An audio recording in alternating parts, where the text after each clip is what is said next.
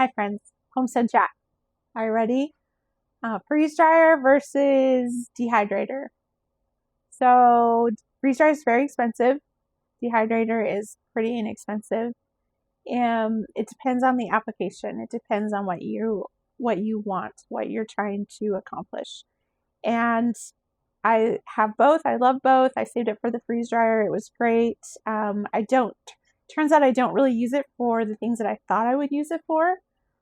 Um, a lot of people want to do like cook foods ahead and have them so they can use them. I think that's great if you're hiking or camping or something like that and you want to take those um, and backpacking so you have those foods. That's awesome. I think that would work well. But we're home because we're committed to having animals to take care of on the farm. So do I want to just add water to a meal and eat it that way? No, probably not. I'm going to just cook real food. There are things that I like to do to make fast meals. So I can make 30-minute meals instead of, something that's going to take a few hours to prepare.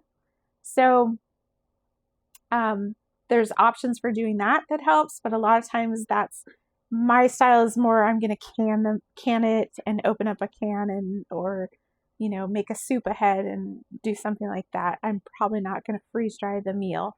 If you want to do that, a lot of people do that. That's great. Not my thing, but it would work well for that.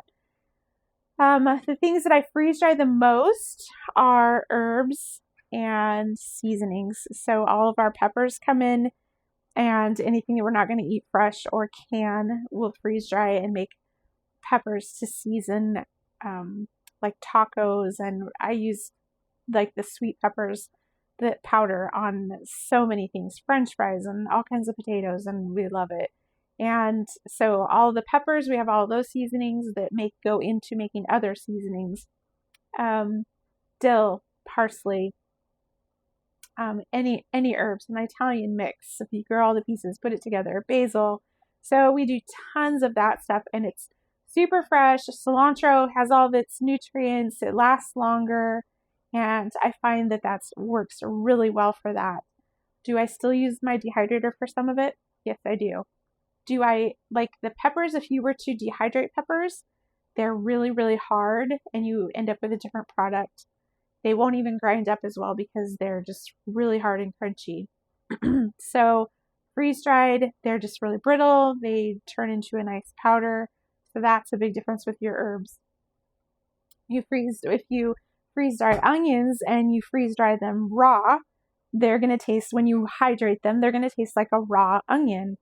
So depending on your application, if you're going to cook it at that point, that works. If you're going to season something that's not being cooked, maybe that's not the right application. Where I liked some of my onions dehydrated because it gives them more of a roasted kind of toasty flavor, and I can chop them up really small and put them in the dehydrator and have more like a toasted onion flavor rather than a true raw onion flavor. And that's great in like dips and things, and there's just certain things that I want that flavor of that more toasted flavor. We freeze dry eggs and do like egg powder, and that is an easy one. It's great. So if you run out of eggs or you have an off season, you can just reconstitute those and it works wonderfully. And milk, you can freeze dry milk. So you have your off season where you dry up your cow for a couple months before she calves. You can freeze dry the milk and have that. I wouldn't necessarily want to have that for drinking milk, but for things that I'm cooking, that would be great. And I am hoping to get some of that done before I dry her up here in the next couple months. There's other things that I like to do fruit leathers, so that would be a dehydrator scenario. When you freeze dry the fruit, we love the freeze dried fruit. It tastes excellent. It tastes so fresh and it just enhances the flavor, but it is a different texture and it kind of sticks to your teeth a little bit and gets kind of down in your teeth like chips. So I kind of have a hesitancy that I'm wondering if that's not very good for your teeth because of the way it sticks in there like chips, and chips are really bad for your teeth and will cause a lot of cavities, more so than just sugar.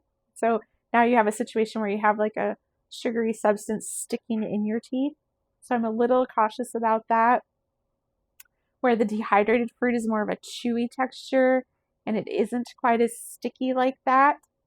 So just something weird to think about, a random thought that I had when I was trying the freeze-dried fruit, but it does taste so good, and it's especially good in like cereals or granola. Like freeze-dried strawberries and granola is amazing. So any of that stuff is super good. Other things to freeze dry that we do, I have freeze dried chicken livers for the dogs for dog treats. We have freeze dried chicken feet for dog treats. If you don't want it to take up freezer space, put it in the freeze dryer. It does take a long time. It uses a lot more electricity than the dehydrator, but they're crunchy. The dogs love them. They're brittle, so you can just break them into pieces. So there's that little adventure. You can freeze dry anything really, and it works great. But just keep in mind that whatever state you freeze dry it, that's the state it's going to be when you rehydrate it. So I did some broccoli soup, and I didn't pre-cook the broccoli. I was just thinking I could throw it in a soup mix and that it would be a great quick soup. Well, it turned out I had to cook the soup for like 30 minutes to cook the broccoli that was freeze dried raw, because it was still raw when it was reconstituted. So think about that, how you want it. So if you were to do potatoes, you want them for a quick meal, you're going to want to cook them first, so you have the quick part of it. Otherwise, you still have to cook them. You're still going to have, it's going to taste raw. So some different things to think about. There's a big expense in a freeze dryer, and it takes slightly more time than the dehydrator.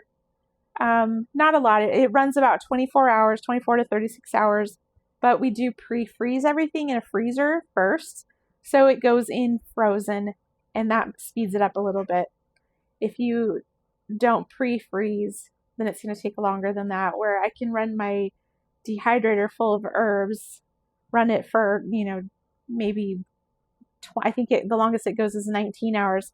And I can run it for those 19 hours, and the herbs are done and dry at that time. So it's going to take a little less time. So like everything, it all depends on the application. If you, it depends on really what you're doing with the product, whether it's going to be better freeze-dried or dehydrated, and how you like it and what works for you.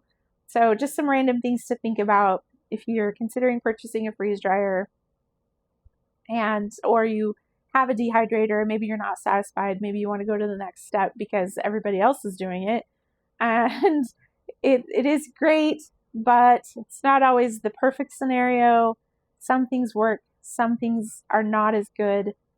And yes, the food lasts an extremely long time. So if you are doing prepping for catastrophes, if you're a prepper and you want, a 25-year storage of food, that's great. It'll work for that. But some things to consider is, a lot of those foods are stored in Mylar bags, which mice can get into. We've had that happen. So where a canned jar of food, they're not going to get into that. So think of how you're plan to store it, and do you have a mouse-proof scenario where they're not going to get in? And of course, the cost of the freeze dryer, they start around $1,500, I think, for the small ones. So it's a big investment. And we use ours probably around 6 months of the year. During garden season, we use it. It stays running probably 75% of the time. It'll be running during garden season and harvesting. So big investment. Electricity. How much does your electricity run to take to? Is it expensive for you to run it that long? Where I live, we have cheap electricity considering what it's like in other parts of the country. So that's something to consider as well. A dehydrator doesn't take nearly the electricity that a freeze dryer does. and just what you're doing with it. It's all about what you need for the end result. What's your storage situation? What's your price level that you want to spend? What do you have a place to put it, because it takes up a big amount of room, and it takes a dedicated outlet and circuit for that to run on. So there's some crazy things to think about before you jump in and think that you need one. So something to think about. Good luck to you.